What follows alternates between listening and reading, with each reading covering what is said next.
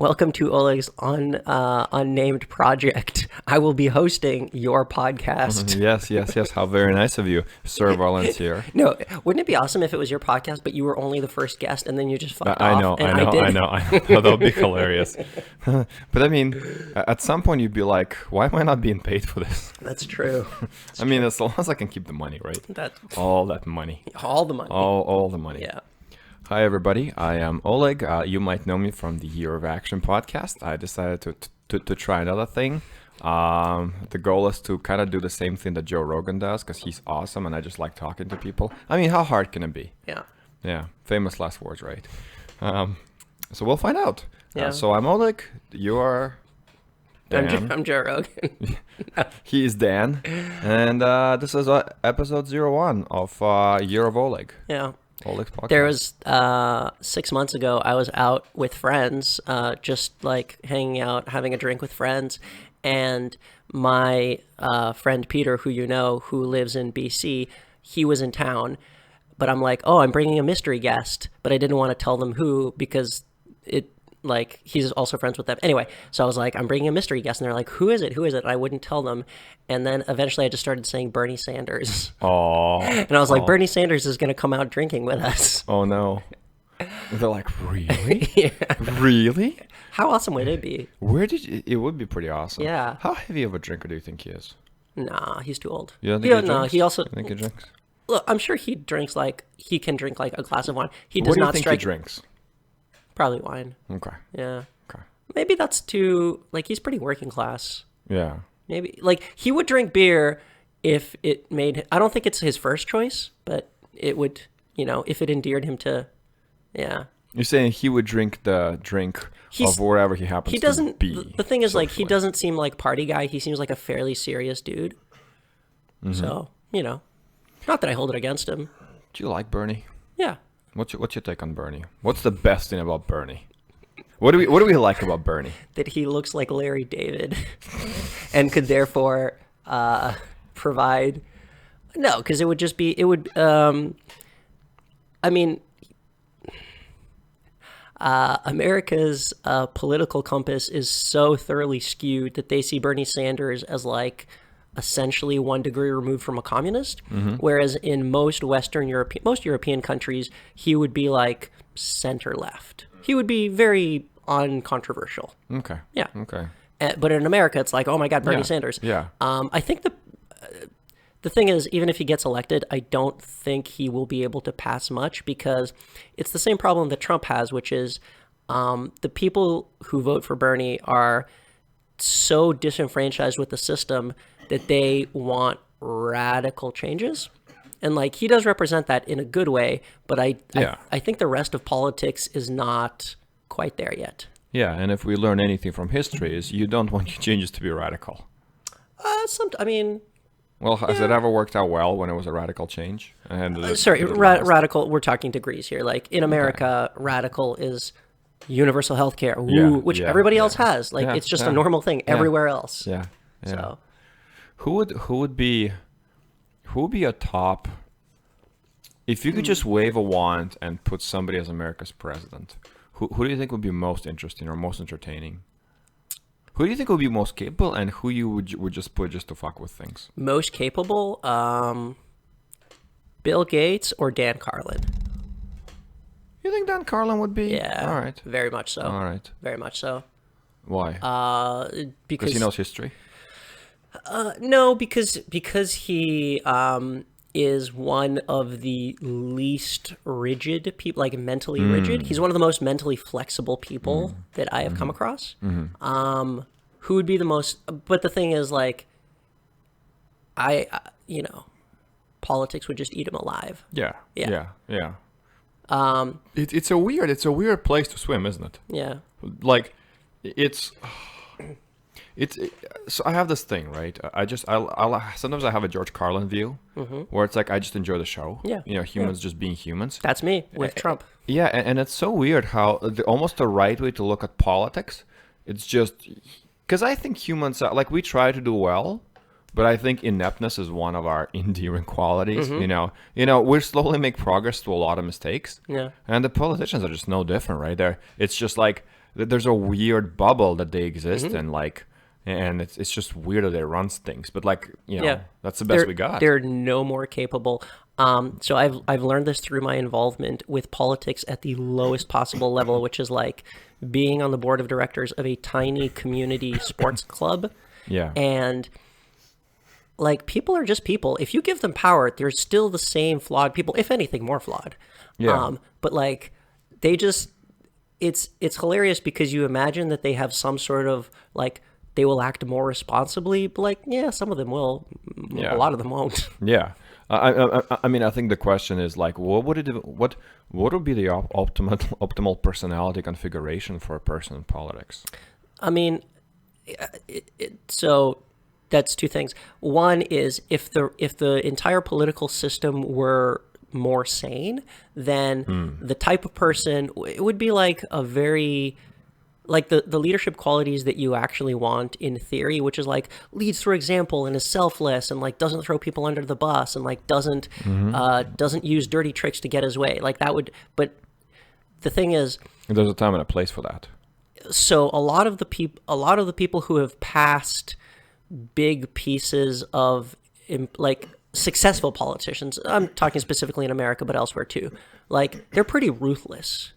Yeah. Like Abraham Lincoln was a ruthless politician because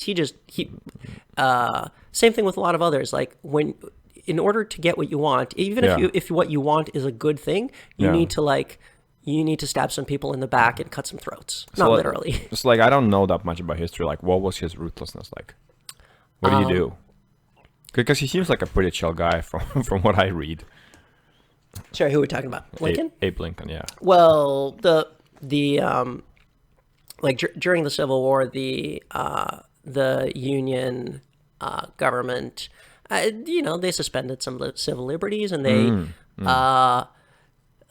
at the time, his opponents, who were slave owners, of course, they're like, "You are infringing on our right to own slaves. What's up? Why are you doing that?"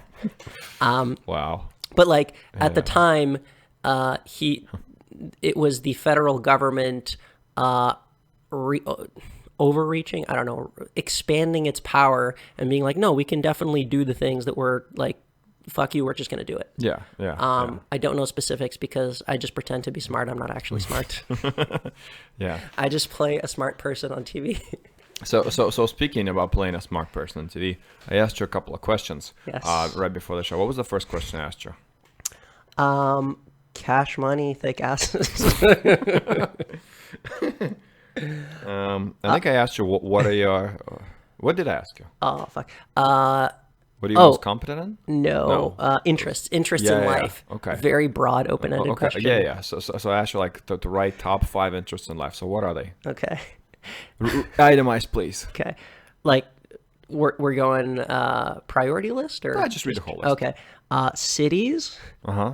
Countercultures. Uh-huh. History, music, and hardship / ease / conflict / stability. I'm processing that last one. Yeah. So basically, the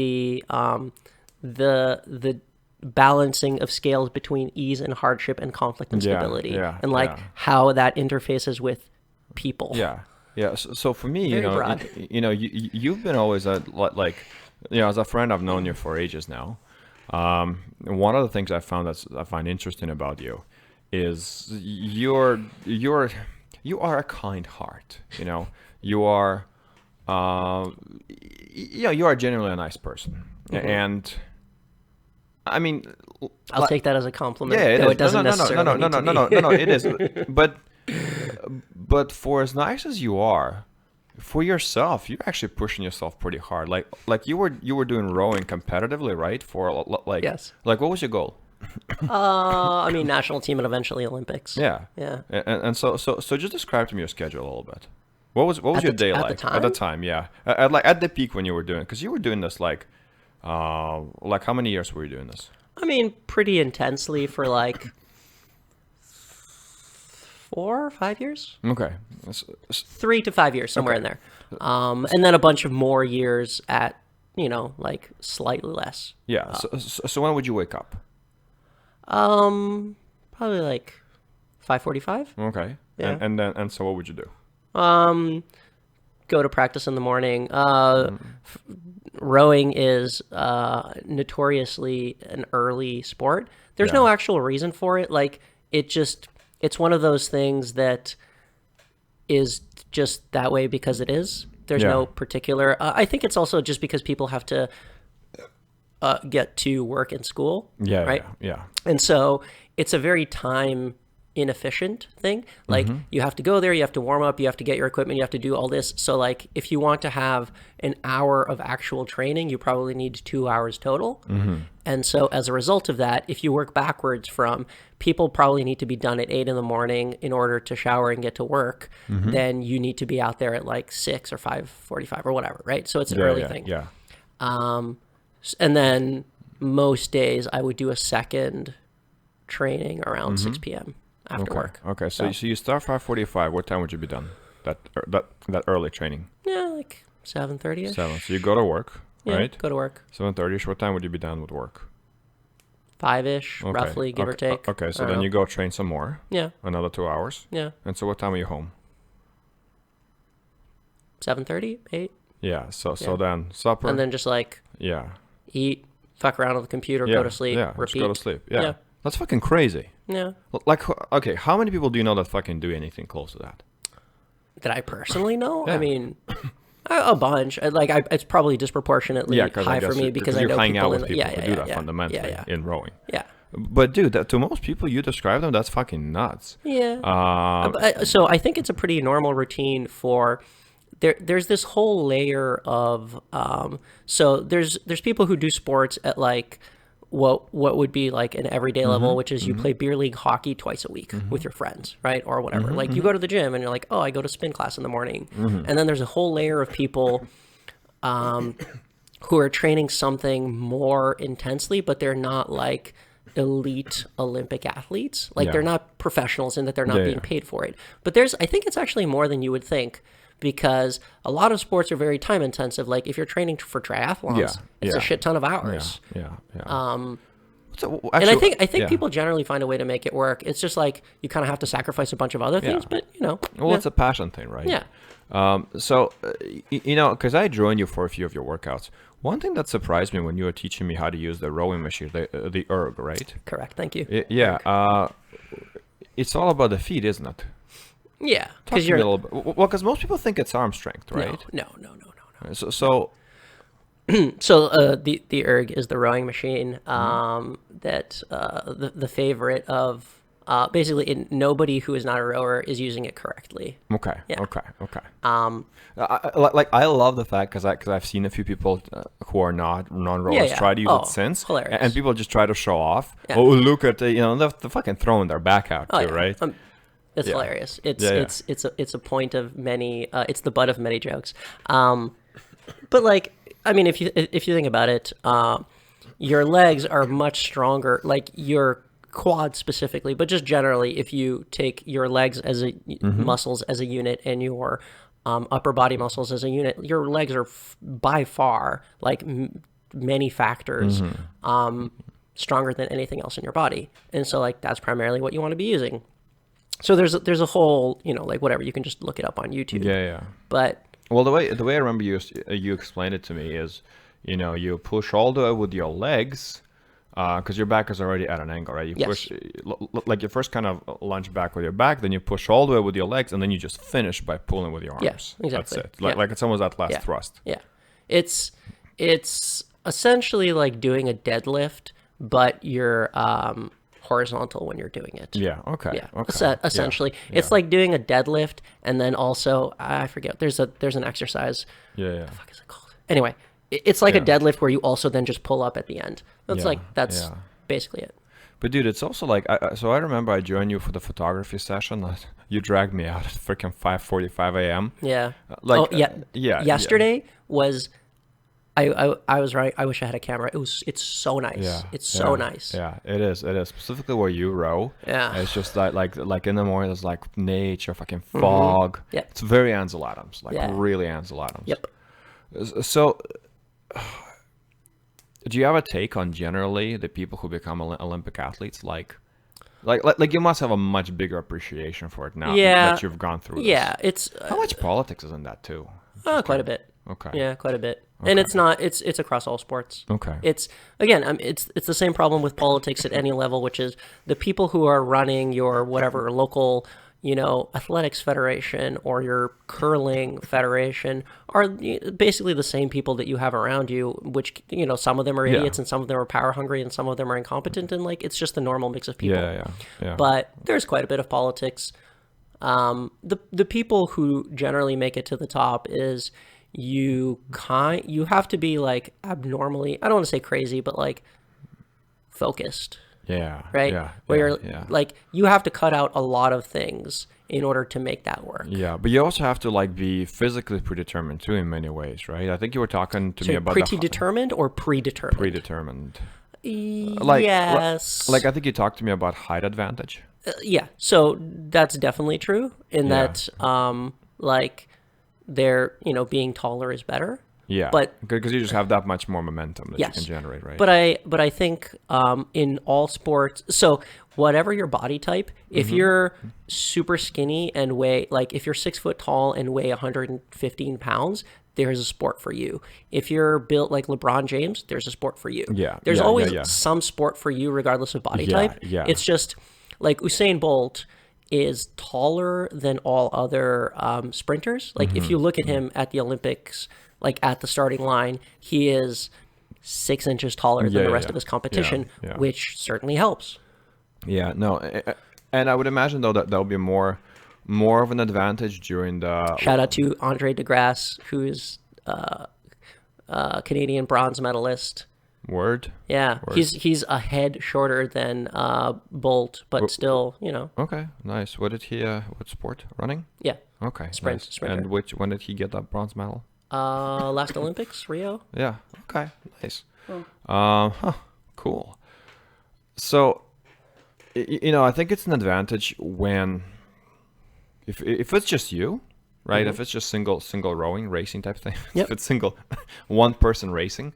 But all of a sudden, if you're racing in a team, right? There's so many more variables there, right? Yeah. But like it does really become more about like which team is effective. Yeah. Or I guess the best part is if you can get really tall, athletic dudes who are also just very good at teamwork. Yeah. Yeah. Yeah. But I mean, there's also I can only like my expertise is rowing, but I'm a little bit like knowledgeable about other sports. So there's some things like NBA. You're probably if you're 5'9", you probably don't have a great career ahead of you.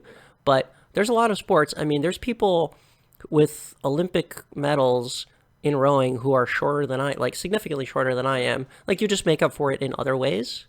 But it's not there is predetermined things. Like if you're a big dude, you can't be a marathon runner because you're just not going to do it. Yeah. But yeah.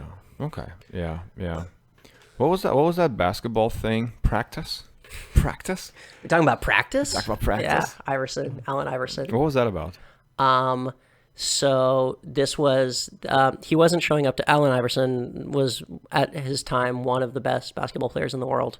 And he went, the press was hassling him about not showing up to practice, right? And he has a famous interview, which he's like, practice? We're talking about practice? Come on, man. We're not talking about the game. Not even talking about the game. We're talking about practice. Anyway, he was like, dude, why do I need to practice? I'm the best player on my team.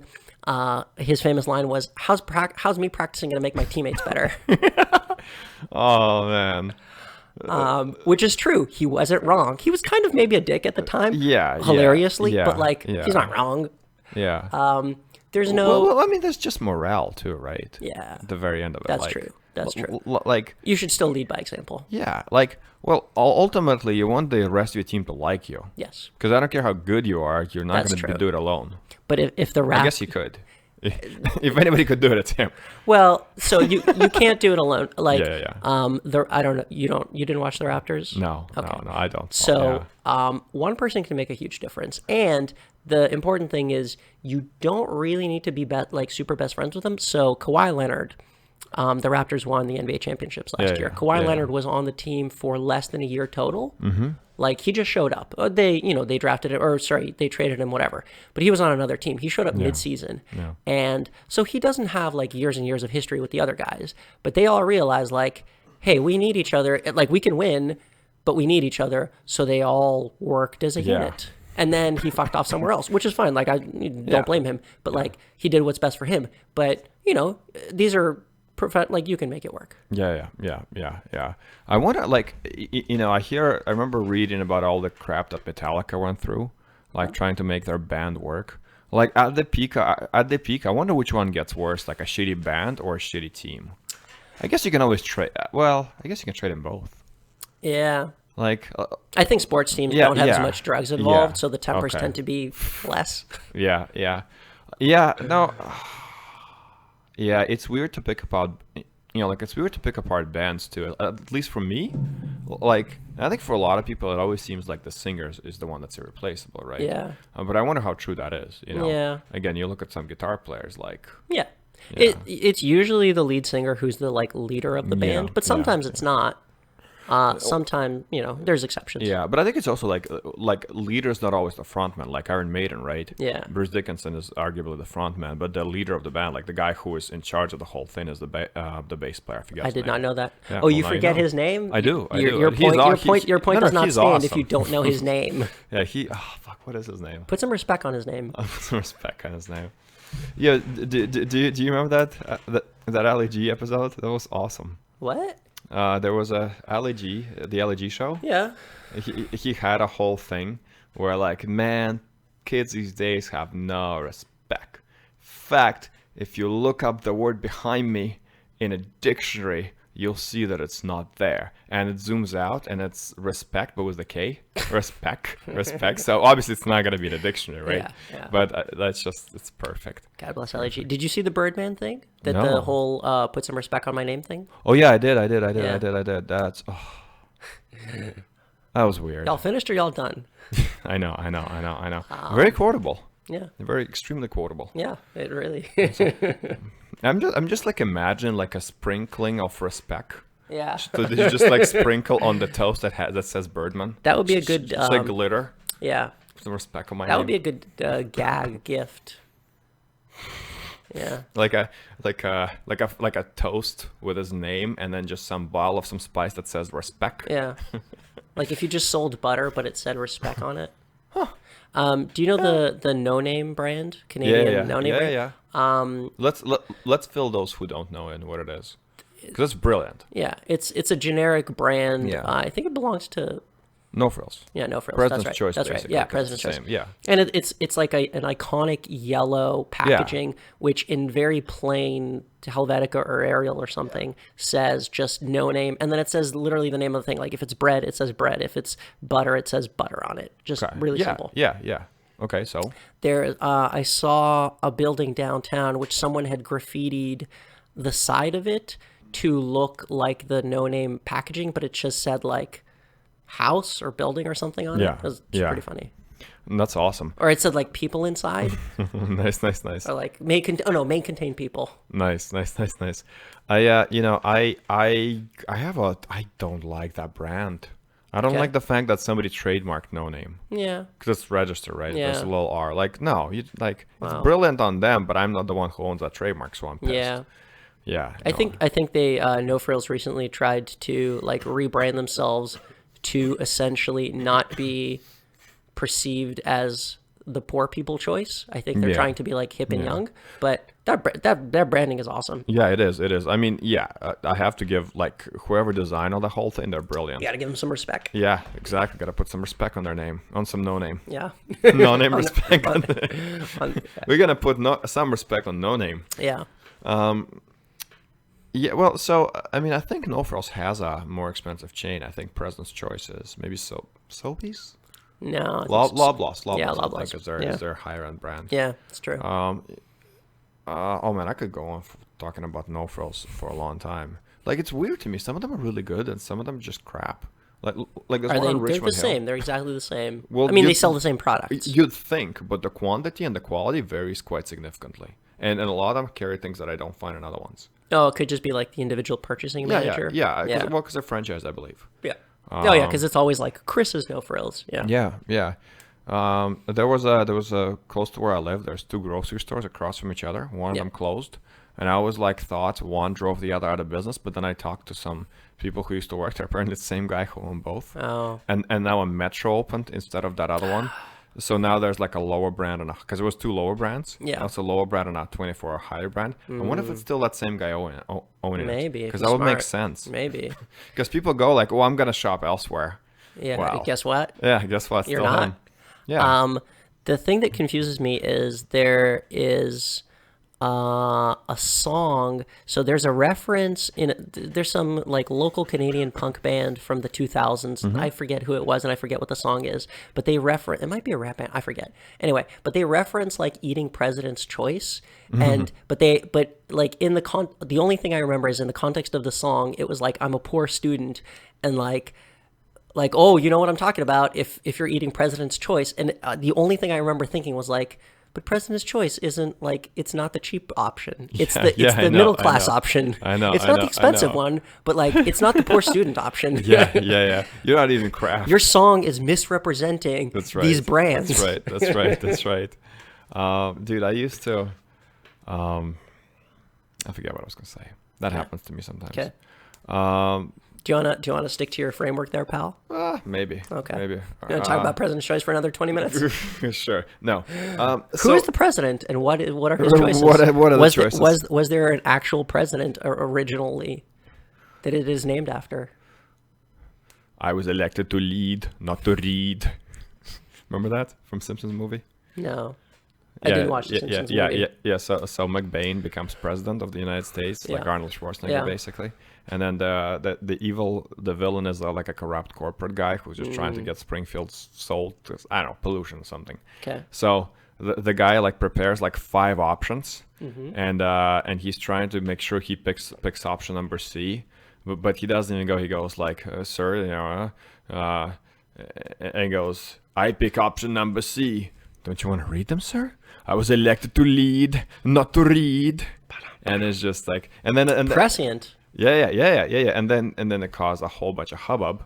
And then I don't remember how the joke ended, but the next time it's like maybe I should read through them this time. Because basically Springfield got closed in a glass dome.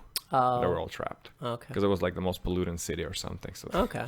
It's just funny. It's pretty funny. That's pretty funny. So I've known if Arnold ran, if it was legal for Arnold to run, he could probably win. Is it not? No, because you have to be born in the U.S. There was that seems discriminatory. No, you got to. I mean, it makes sense, but so I think this keep was, it in the family. Well, this was originally when they broke off from the British, because they're like, we don't want the British coming in here and becoming like president. Nice, smart, yeah, smart. So there was talk of changing the law just for him, but I don't think it ever happened. Dude, how fucking great would it be? If Arnold? Yeah. Like I'm remembering that Bill Burr joke. Fuck, man. Dude, Bill Burr would have... He could do an entire special on that. Yeah. No, that's like... Dude, Arnold's amazing. I mean, if we learn anything from our other podcast, it's like he defines the 80s. It's true. Really. It's true. So I've known you for how long? Fuck, if 10-ish? 10-ish? Yeah, I think so. Give or take? I think so. Yeah. I still don't actually know that much about you, or I don't remember. So I'm going to try to clarify a few things. So... Okay. Were you born here? What is your social insurance number? Yeah. What is your bank account number? I just want to know. I'm trying to be friendly. Like, what's up? Yeah. What's your mother's maiden name? Yeah, exactly. What is the street you were born in? Yeah. What city were you born in? What was the first car you drove? Yeah. What was the first car you drove? Like, what was the car you said you'll learn on? Did I? The first car I drove. Actually, for an extended period of time, not for a day, was my dad had a Ford Taurus. Oh. He had a series of Ford Tauruses. No, they were super good cars. He got all of them made it to 500,000 kilometers. Oh wow, okay. Yeah, over. Okay. And he does not do maintenance on his cars. Okay. If something, as we learned. Yeah. If something is making a noise, he'll be like, all right, give it 2 months and then I'll take a look at it. So did not treat them well, but man, 4 Tauruses. Anyway, so that's probably the first one I drove for an extended period. Big car too, I think, right? Yeah, it's pretty. Okay. It's like a larger sedan. Okay. So were you born in Canada? We are in Canada, but were you born here? Okay. How old were you when you came here? 8 or 9. Okay. That's my standard answer. I never actually bothered to sit down and figure it out. Okay. 8 or 9. Okay. And from? The former Yugoslavia, Yeah. which was then. So I have passports from 3 different countries, which is actually one country. Okay. But I could, if I had bothered to get passports, I could have had it from 5 different countries, which is Wow. the same country. It went from the Socialist Federal Republic of Yugoslavia to the some abbreviated, like whatever that it was next after all the republics broke off, and then it went to Serbia and Montenegro, and then it just went to Serbia. Wow. Yeah. I'm waiting for the next one. Yeah. What's the next rebranding? Belgrade. Just Yeah. Okay. So when you were a wee lad, Yes. what did you aspire to be? What did you want to be? What was your earliest career that you wanted? Let you remember. What did you want? Yeah. So I remember I wanted to be an artist, and my brother wanted to be a banker, and the idea was one of us, the banker, would support the artist. Now, caveat, it's possible that I have this reversed. So one of the brothers was going to be an artist. I forget which one. Yeah. This seems important, but I don't actually remember because I was like 5 years old. And then the other one was going to be a banker, and they were going to, the rich one was going to support the poor one. Yeah. And you guys are twins, right? Correct. Yeah. What was that story you told me where I think one of you took a test for another one or something? No. So that never actually happened in school. We both went to Sheridan, and I was better at art, so I went and did some art for him. Okay, like for his class? Yeah, for his class. So he just That was like switched it one up? of the. I'm sure we did it a couple of times, but that's the one time that I remember. It was mostly just trying to like bluff your way through conversations because people would know him and the teachers knew him. Yeah. And I was like, I just went in there and I was like, but smile and nod. It's the standard tactic when you don't know what to say. You're yeah. Well, so these days, I mean, I can tell you guys apart. Did you look pretty close back and then? Yeah, especially like standing side by side, you could probably tell us apart because we don't look that much alike. But it's because it was always a thing when you go to a new school. It takes people a couple of weeks or a couple of months to figure out that there's 2 of you. That's awesome. Because they don't see you side by side. They just see you in the hallway. Yeah. And then like the standard thing that I would hear from people is like, oh shit, there's 2 of you. I just thought that like you changed your clothes midway through the day. Oh, that's amazing. Yeah. So what was the best confusion that ever caused? So in high school there in my class there was 3 sets of twins. Okay. Oh, fuck. And wow. 2 of them were last named Ferguson, but they were unrelated. Okay. Oh, wow. Yeah. Huh. But there was Kyle, Matt, Alex, and something. But the 2 ones that rhymed, Kyle and so there was 2 that seemed like they would be twins, but they weren't actually twins. Okay. They were like the other pair. Okay. But their first names were very similar, and they were all named Ferguson. So there was 3 sets of twins in our class. Wow. Yeah. Wow. That's fun. Yeah. Yeah. Okay. So one of you wanted to be a banker. One of you wanted to be an artist. Yeah. I mean, almost there for both of you. Yeah. There's been various times, like, it's alternated throughout life who is making slightly better. Like, neither of us has ever been extremely rich or extremely poor, but, like, it's usually one of us is making a little bit better money than the other, and then, like, we just help the other guy out. Yeah. And so you went through school, right? Yeah. Did you 12 or 13 grades? I was the first year of the double cohort, but then I stayed on for another half a year. Okay, yeah. Doing co-op. Yeah, so you because I just wanted to ditch the double cohort thing. Yeah. So wait, what's the double cohort?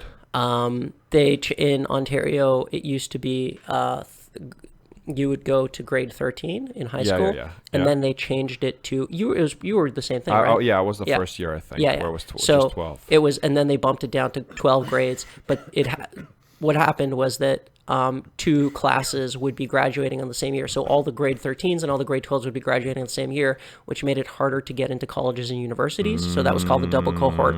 And then I stayed on because I was just like a lazy kid. That. Yeah, just to avoid it. And I was like, yeah, I'll do a co-op thing. Yeah. Dude, I remember I I knew pretty quickly, like, I kind of knew what I wanted to do. I wanted to do animation. And I remember I took calculus in grade 11. And it's the only class, or grade 10, I forget which one. But anyway, it's the only class I ever failed. And that sucked. And summer school sucked so much. It's not even just like I actually learned calculus quite well in summer school. It was actually kind of fun, but it's just it's just the people that are with you, right? Yeah. Just losers. The fucking degenerate losers. They don't give a fuck about calculus. Let's put it that way. No. But also I was like, why am I killing myself? Why am I trying to bother learning this bullshit, right? Yeah, fuck calculus. Yeah. Well, ironically enough, I do have a calculus book now that I'm trying to get through because it's kind of fun now.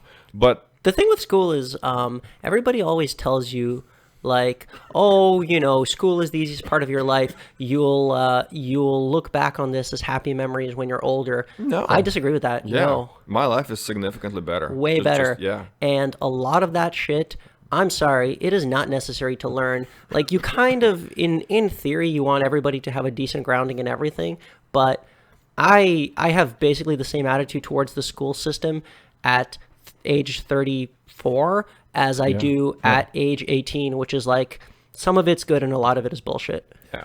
Well, the thing is too, like, the brain needs repetition and practice to remember to to remember things, right?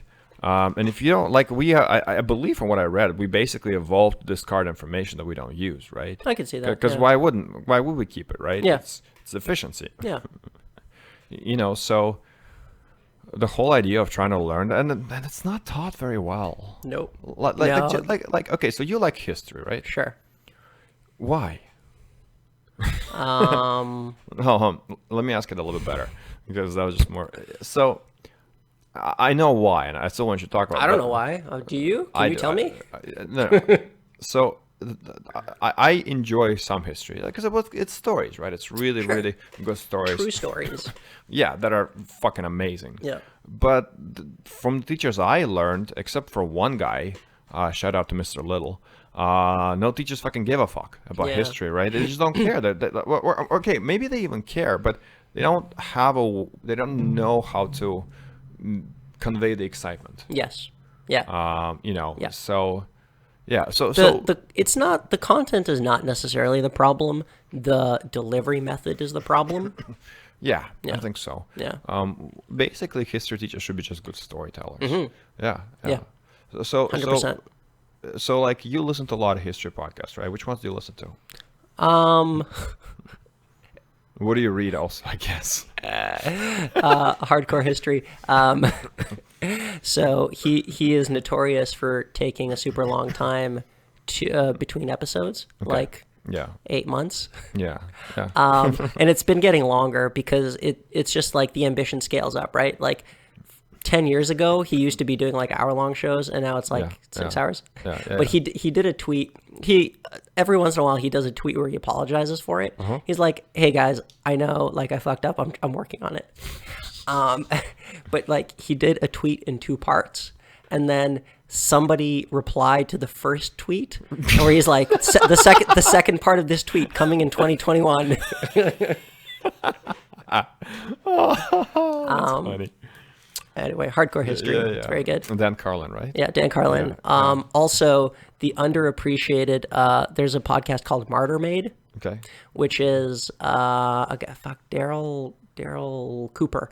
Anyway, but it's, if anything, I would say maybe better than Dan Carlin. Okay. Yeah, but it's like virtually unknown. Okay. What's it called again? Martyr Made. Martyr Made. They're the M-A-D-E? No, or M-A-I-D? martyr, as in like a person who dies for their I know. cause. What's the second word? Made. M-A-D-E. As in he made it big? Yeah. Okay. Yeah.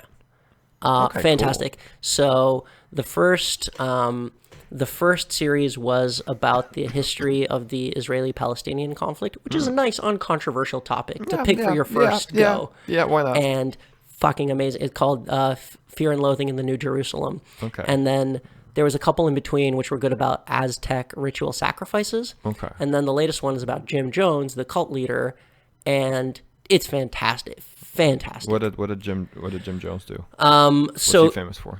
He's most famous for having a cult called the People's Temple, who eventually all committed suicide in their compound in Guyana, Suriname, somewhere in the jungle. Okay. And they were like all gonna ascend to heaven and whatever. Yeah. They're the people who drank poison Kool-Aid. Okay. Yeah. Yeah. Yeah. They are the responsible for the phrase "drank the Kool-Aid." Exactly. But there is the 20 years prior to that is super interesting because he started out as a mainstream Christian figure and then slowly drifted over a number of years. Like he was very involved with the civil rights movement.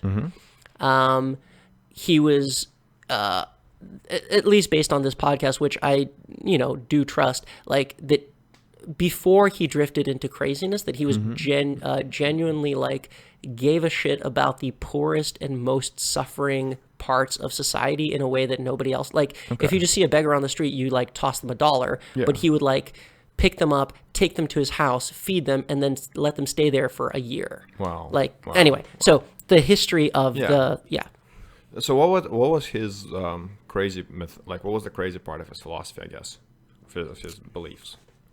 Did he actually believe it? Yeah, I'm not the best source for this, but like, I think it's basically you. All of your things become too internal, where you think like only we. So the world is doomed and only we can save it. And you essentially start believing more and more in your own bullshit. Like all of the skeptics get weeded out. I think this is a pretty common thing in most cults that like if you show signs of independent thought or resistance or dissidence or just not towing the line, you either remove yourself from the situation or you get removed from the situation. And then the only people who are left are the very like mentally weak ones who will just go, yeah, I agree with the leader. Yeah. So why did they drink the Kool-Aid?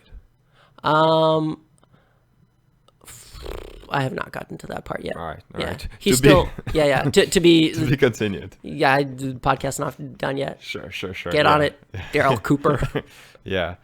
No, see, that's what I mean, though. Like, when you start talking about like that is just stories. Yeah. Like, it's amazing. Like that's all they should do, man. All they should do is just tell stories. But dude, like, okay, what? Because in our day and age, right? You arguably don't really necessarily need school. No, like not at all. Yeah, that YouTube channel. What's it called? Crash Course. Yeah. Yep. It's fucking amazing. Like just watched it yesterday. As a primer for everything. It's amazing. Yep. And then Yale is putting out free courses, right? Stanford's putting out free courses. Tons of them are. Yeah. Like they won't give you a cercertification, but you can. Yeah, but you can read the material. Like you can. Yeah. You can participate in the full lectures are recorded, right? Yep. So I was learning. I'm learning to fly, right? And I got really carried away with meteorology. I find weather amazing these days. Like I just look out my window, I could just stare at clouds forever. Is this why you brought up meteorology twice in the last podcast? That's exactly it. Yeah. I just fucking clouds, man. They get to me. Yeah. They hit me right in the feels. But well, you know what I love about meteorology? That it's a whole bunch of small puzzles culminating into a very large puzzle. Like there's actually a lot happening there. Yeah. And to try to piece it together is just really fascinating because and most of it is not obvious.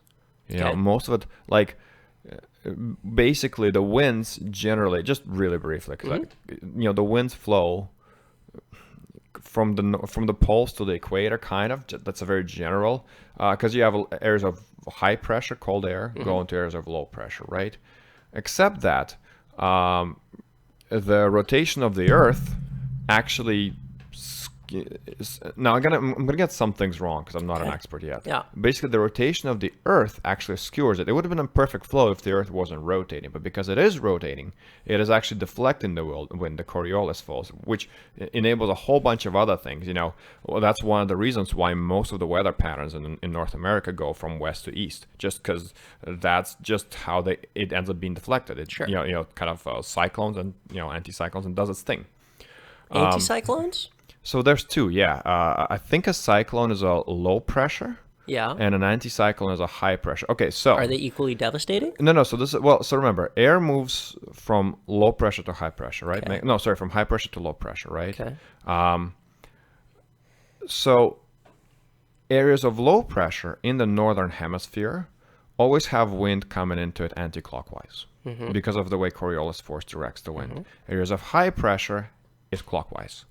Cyclone, I believe, is low pressure, so anti-clockwise, and anticyclone is clockwise, or the other way, one of the two, basically. Okay. But it's actually fascinating that they're so predictable, right? Because one of the ways to know in a plane if you're flying from an area of high pressure to low pressure is if you're being pulled to the right. If the wind is from your left and you're being moved to the right continuously. The reason why you want to know that is because if you don't adjust your altimeter will still show that you're, let's say, at 3,000 feet, but because you move it into an area of low pressure, the actual height will change. So what the altimeter will be reading in an area of high pressure as 3,000 feet will be a lot lower in an area of low pressure, to a point where you might hit the ground if you have crappy visibility. So as you fly, you actually always request altimeter reading from whatever airport you're passing by. Okay. That's important to know, basically. Okay. Why am I talking about this? Don't know. 'Cause you love weather. I love weather. So yeah, it's a lot of endlessly fascinating puzzles. I forget where I was going with this. So history. It's possible that other people are not quite as enthusiastic about weather as you. Yeah, entirely possible. I just spent 20 minutes talking. No, it's fine. 5 minutes It was talking about 4 minutes. Go for it. Anyway, back to history. I love that story you told me about the space program where they couldn't design the connector. Oh yeah. Do you mind telling that story? I fucking love that. So in the 70s, the U.S. and Soviet space programs, in a period of political détente, decided, hey, we're going to do a joint program. The Soyuz capsule and the Apollo capsule are going to dock in space, and the two crews are going to get out, and they're going to shake hands and spend some time together. And I think the Soviets gave them some vodka, and these guys gave them chocolate or something, like that. Anyway. How very Russian. Yeah. Yeah. We want to make sure you don't make it back. Yeah. Actually, no. No. You know what? Don't drink on land. No. I don't know if they were allowed to take booze into space. Yeah. I think they did. Okay. I don't think. Well, because Russia. Yeah, I don't think they were necessarily allowed to. Yeah. Because why wouldn't you? Yeah. If you're gonna break laws, astronaut is the way to do it. Absolutely. Yeah. I'm sure people have been hammered in space, and I'm sure with the International Space Station now, people have had sex in space. I really want to know who the first one was. So I've actually read a lot about that. Apparently not. There's a couple of reasons. Apparently one, just no privacy. It's yeah, too small. yeah. There's no privacy. Yeah, but you could tell. Hold on. Okay. First of all, that is a huge historic thing.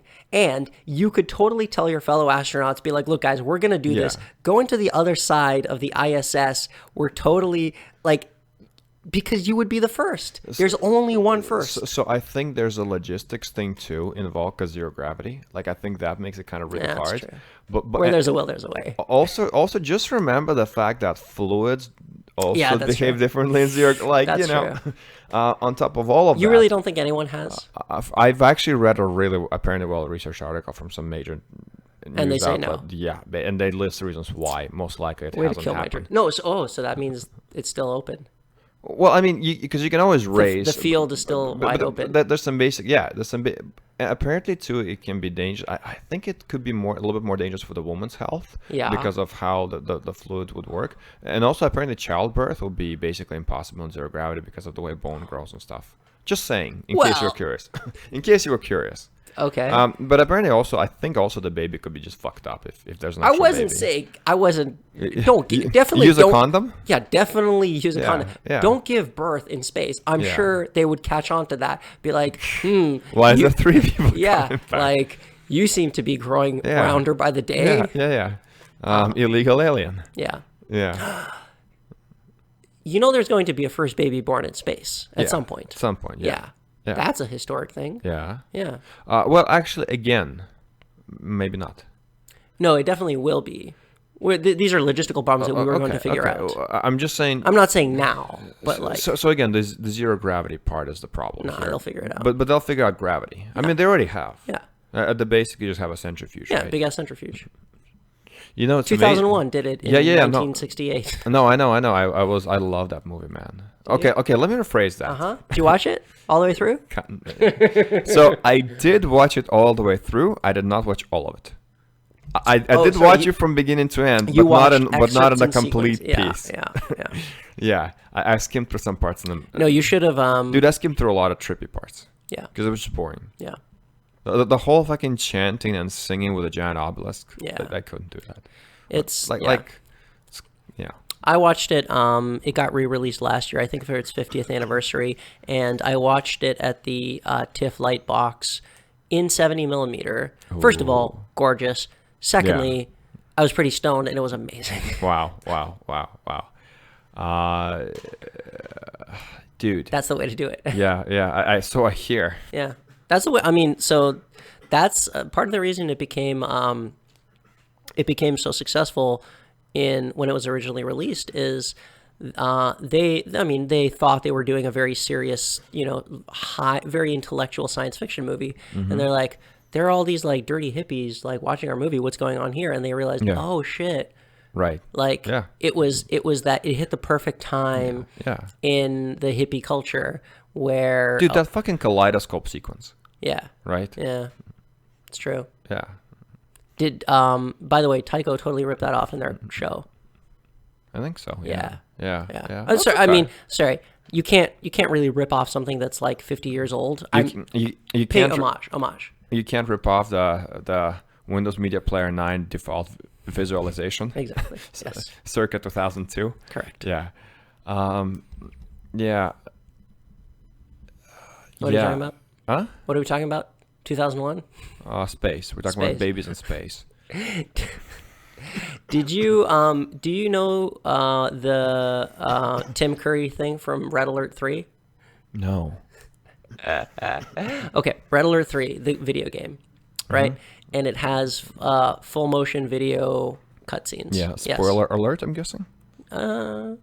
Sure. I guess not. Released 15 years ago. So there's a famous British actor, Tim Curry, who was in Rocky Horror Picture Show. Okay. He was in many other things. He's like a famous, well-known actor. But he plays the main Russian villain. And like this... There's a thing where he goes, I will go to the one place where capitalism cannot yet reach space.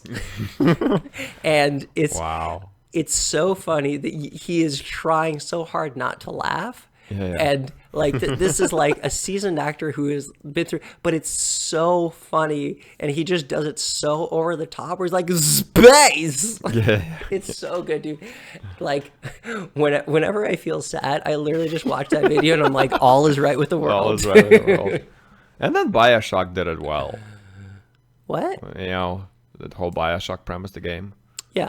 We will go where science is free, with no pursuit from capitalists or communists or whatnot, right? And then immediately dystopia. Immediate dystopia. Just people are shit. People are terrible. So I watched something really cool, and I wish I will put the guy's name, the YouTube channel creator's name in the description. Okay. If this ever makes it to YouTube, or because I'm not sure it's just gonna get published, but it is really kudos to him. He made a video on Driver San Francisco. Have you heard about that game? Mm-hmm. So the video, for those who want to Google it, is basically what would a second player game, third person perspective, first person. What would a second person? I don't know what's like be? Over the shoulder. What's second person? Okay, I don't know what that exists. So in literary terms, right? First person is where it's I. It's told from the point of view of narrator. Third person is where it's you, all that. Sorry. Third person is he, she, all that, right? But you missed a bunch of pronouns there. I know. Second person is. I should actually look up what those pronouns are. I never actually did. Yeah, but I should. So It's easy to joke. I think there's probably like 2 or 3 main ones. Yeah. I want to meet somebody who actually uses them. I want to actually use them a bit. It's a vanishingly tiny minority. I'm not saying that their rights should not be respected, but they are a tiny minority. Yeah. Okay. That's a topic for another day. Yeah. Anyway, so, but a second person perspective in literary, Sure. works is you. Like choose your own adventure books would be one, Yep. right? So what would that look like in terms of? So Driver San Francisco is the game. So okay, so let me set this up for you. In a game, you play undercover cop, I think, or something like that, and you're trying to take down a gang. Except you have this gift where you can body possess other drivers. You can literally take control of other drivers. Oh, like there's Messiah. I don't know. There's a not very well known game from the late 90s called Messiah where you will play a little fat angel and you can just leap into people's bodies. Okay. Was that the one with David Bowie? It's possible. Okay. Because there's No. That's I know what. No, that's I forget what that is. All right. It's okay. Yeah, okay. If it Go, comes go, to, just shout it. Okay. So, and there's one mission in Driver San Francisco. By the way, like spoiler alert, people, just saying. Where You're so considerate of people who have not played the stupid game 15 years later. So, My bad. it's okay. Put your cell phone on silent. In one mission, you are trying to take down the leaders of a gang, and the only plan your people apparently could come up with is like possessing the person's body. You are going to, instead of driving them to assassinate the target that they're going to assassinate, you will drive them straight to police station. That's simple plan, right? Right? So, but remember, you're possessing them, but you are still also another body in another car. But what? How do you control both? You don't. You control one at a time. You control the one you possess. Sure, Somebody else. You can like flip back and forth, or I think so, something like that. But basically, you control one, and the game lets you know. When, like the other person's fine. Sure, doesn't matter. The other body's fine. Yeah. But something doesn't work out, and basically you do end up driving to the person you're supposed to assassinate, and you park behind them. And guess who it is? It's you. It's you. Yeah. So you are parked in a body of another person behind your own car, and then you start driving, but you're driving the first car. Yeah. So imagine this. Imagine like a first-person perspective inside a car, like Grand Theft Auto, the new ones, like Gran Turismo. Like, you see the wheel and all that. And imagine you're chasing a car, right? You're controlling the car you're chasing. Do both cars do the same thing? No. The car that you see the hands of, the driver, is AI controlled. Oh. But you're trying to get away. Oh, they just did like a clever perspective thing. Yeah. Which apparently, like what the guy says, it's the closest thing he ever experienced to an out-of-body sensation in a game.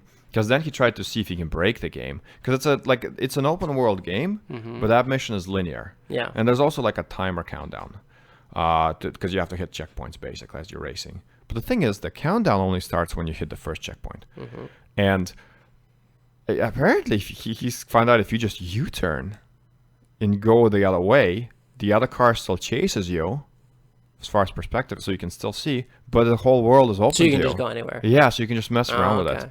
Yeah, it's so... Yeah. And I forget what the point of this conversation was, but cool stuff. Anyway, yeah, cool interesting. Story. Video games. Yeah. Video games. What do you think will happen first? Majority adoption of electric vehicles? No, majority adoption of self-driving vehicles, or first person to Mars? Majority meaning over 50%? Worldwide. Actually, it's simpler. North America. Over 50%. Over 50%. Self-driving. First person to Mars, for sure. Think so? Yeah. Think it's that far away? I think it's that close away. Yeah. Yeah. So the SpaceX was, I don't know if they're still saying this, but they used to say 2024. I think maybe it got 2025, 2026. I think he says 2025 now, which is like, okay, all right. They moved it, maybe it gets pushed back another year or two, but it's going to be a while. How long do you think for self-driving cars? Over 50%? Sorry, okay, 50% adoption or 50% new vehicles purchased? Because that's going to be sooner. Yeah. People are still going to be driving old cars for a while. Let's say adoption, just for curiosity's sake. 2040? Really? Yeah. I think 2030. Okay. easily. All right. Maybe even early 2028. Shall we make a $1 bet on this? We are making sure. Okay. Sure, pinky square. Cool. Yeah. I promise I will pay you if I lose. Okay, cool. It'll be Whoever hilarious. loses has to buy the self-driving car. Dude, it'll be hilarious. Like 10 years from now, we're like, I remember we made $1 bet on something. Yeah. Yeah, and I'll dig up this podcast. No, it's got to be 1 Bitcoin, whatever 1 Bitcoin is worth at the time. No, I'm not taking that. Those I'm not chances. that rich. Yeah. See, here's what I think, though. Really, you need 2 things. You need the legal framework, and you need it to be cost effective. Yeah. So below Yeah. 30,000, I Yeah. guess. Yeah. That'd be my guess. The legal thing is not only so people are stupid, not in only this way, in many ways, but the when one Tesla or one self-driving car kills somebody, they go, "Oh my God, huge scandal." Here's the thing, though: people kill like people get into accidents every day, hundreds of times. I saw 2 separate ones yesterday in a span of 2 hours. Oh, by the way, one of them was amazing because it made me think of you. Because the guy was driving the exact same car that you drove. Oh, just okay. a white one, a Mazda. Okay. So this was like, I feel bad for him, but it was just weird to literally witness because I literally saw it. I was driving out of a park. He was driving into a park, so slowly, he's fine. Yeah. But his wheel just came off. The left front wheel just came off.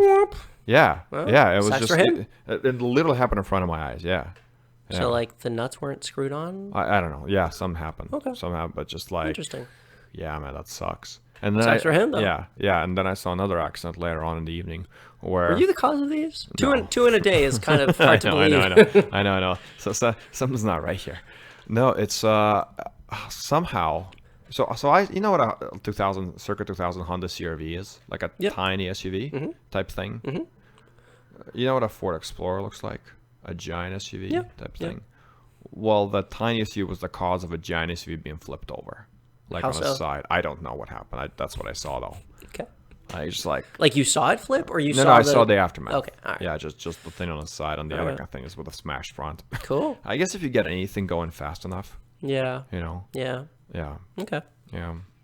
What are we talking about other than cars and Space, Bioshock? Space. So, okay, I think we should start to wrap this up because I think we're both getting tired as well. I don't know how entertaining it's gonna be. We've been going for an hour basically right now. All right. So let me ask you this: Sure. you like people, you said. I like it. Tell me more about your fascination. Tell me about counterculture. Because I like that aspect about you. Sipping a nice Lowenbrow. I hear it's nice, yeah. Yeah. So,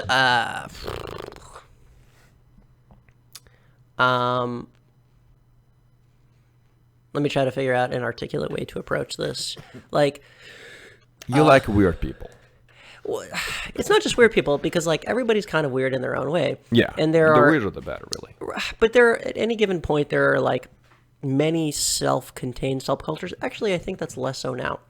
So, if you think about the just to give a very typical example, the punk scene in the 1980s, or the grunge scene in the early 90s, or gangster rap in the late 80s, or what rock and roll was in the late 60s, early 70s.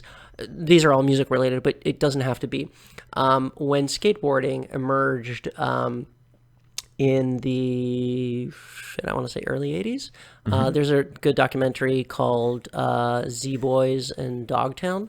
Anyway, so, but these are all the, there's another thing about climbers in Yosemite Park called Valley Uprising. So there are all these like self-contained little subcultures which exist outside of the mainstream. If you, the mainstream is basically, if you think about somebody who doesn't really deviate from the norm in their time, like they just listen to the music that everyone else listens to, they drive the same cars and wear all the same clothes, and okay, so those people are like, at any given point, it's like 50, 60, 70% of the population. But then there's a whole bunch of subcultures and countercultures that exist, which are, you know, the punks and the goths and the metalheads and the people who are into skateboarding and the people who are into graffiti. And there's almost an infinite number of these. Yeah, yeah. And they're all very cool in their own individual ways, because essentially the way I think about it is it's like traveling to a foreign country, Yeah. where you get to experience a culture which is very different from your own, with its own set of values and aesthetics. And you can do a deep dive into that and go, oh, okay, that's like, I see what they're talking about, and it's very cool. But I think what's happened in the last 10, 15, 20 years is partly because of the internet. These things are less self-contained than they used to be. Yeah. And they're more permeable. Like, who the insiders are and who the outsiders are is less jealously guarded, because all of these things used to be pretty exclusionary. Like, if if you showed up at a skate park circa 1983, they weren't immediately going to like clap you on the back and go, "Oh, you're one of us. Like, welcome, my friend." They would there would be a period where you're like, "Oh, who the fuck are you? Like, get out of here." And then you would slowly have to like worm your way in. And then once you're in, the group cohesion is very high. Yeah. Like, the tribal identity is very high. But I think what's happened over time is partly because of the internet and partly because people are sort of more open, like people are less exclusionary generally, is that these groups are less insular than they used to be, but it's also like, you are not one particular thing. Like, you do not associate exclusively with one subculture. So for example, like the skinheads in the 80s in the UK, not racist, just skinheads, it's different. But like, that used to be a very self-contained thing where all of the people knew all of the people, and like, you wear the clothes, like you look the whole part, right? Yeah. And you act the part, and all of your friends are within that. But where it's gotten to now is that you have like one foot in multiple different things. Yeah. And people don't identify as strongly with one thing. And I mean, this is neither for the better nor the worse. It's just different than it used to be. But like, I find it interesting, all of these things through history, which existed sort of as like islands unto themselves, and they developed their own internal aesthetics, their own internal logic, their set of values, blah, blah, blah, all of these things. And I don't know, people are interesting. Yeah. Well, also, I think part of it too is it's easier to see all of the related subcultures to you in the day of the internet, right? And I think, I mean, the reason why clothing and all that was such an distinguishing thing, well, because in a way you didn't have forums, right? These days you can go online and you can congregate. Yes. But if you don't have any kind of mass medium, the way to identify is just through appearance, right? Tell me more about the skinheads. I'm curious about that. What were they about? So the skinheads I guess started in the late 70s, early 80s, in the UK. So it came out of the mod subculture, well, loosely out of the mod subculture, and then reggae, not reggae, ska. Like early ska, and then it sort of branched off into its own thing. But like, essentially the skinheads were punk, but for early punk, but for the working class. So it was like politically, like pro-union, anti-Thatcher, working class punk, and ska. And then like a portion of them broke off and went openly racist, but there was, I think, I don't know exact numbers, but like, I think a majority of people were always relatively apolitical, and then there was an explicitly anti-racist, and this is boring for anybody, I'm not going to get into this. No, I don't think it is. Please continue. Okay. For a little bit, at least. I find it fascinating. There's a good movie called This Is England, which gets into essentially the skinhead subculture, but like shaved heads, Doc Marten boots, suspenders. What's the company? Not Perry Ellis. Is it Perry Ellis? The shirts with the what is it? God damn it! I should know this. It'll come to you. Might be Perry Ellis. No, what's the other one? the shirts with the polo shirts with the stripes on the collar. I have no idea. Okay, those things. Okay, those Anyway, things. Sure, yeah. sure, Anyway. sure. Yeah. So there was a whole fashion thing associated around it, which even though, here's the weird thing, even though it was a working class scene all the way through, like right from the start, these things are pretty like expensive. Like if you want to buy Doc Martens that are new, Yeah. it's like $250. Yeah. So it's weird because they just adopted a bunch of things that were like semi-high fashion Okay. at the time. Anyway, I mean, I guess you got to make a little bit of a sacrifice if you. I if you wanna guess, belong to the club, yeah. If you want to be a member. Yeah. Yeah. Anyway, so it was like it still kind of exists today, but it's very like much smaller than it was previously. Batteries? Yeah. I don't know if we plugged in. Give us a second. We're having technical difficulties. Folks, we are having technical difficulties. The batteries is dying on one laptop, so we are going to call it an end on this note. Do you wanna say some final hellos, goodbyes? Doot doodaloo doot. Dude, too. Thank you. Do you at least now know who that is? Yeah, you told me. Who? I don't remember the name. You fucker. Nardwar, man, Nardwar. Come on. All right. Okay. That's all, folks. Thank you for tuning in, and we'll be back again next week. Come on back to Oleg's old-timey podcast show. Yeah, all time. All right, yeah, all time podcast show. Let's end this because the battery's gonna run out, and then Okay. No, it's at 10%. I don't trust it. I can bullshit for another 2 minutes. Do. Okay. Okay. So stop it and do a Control S.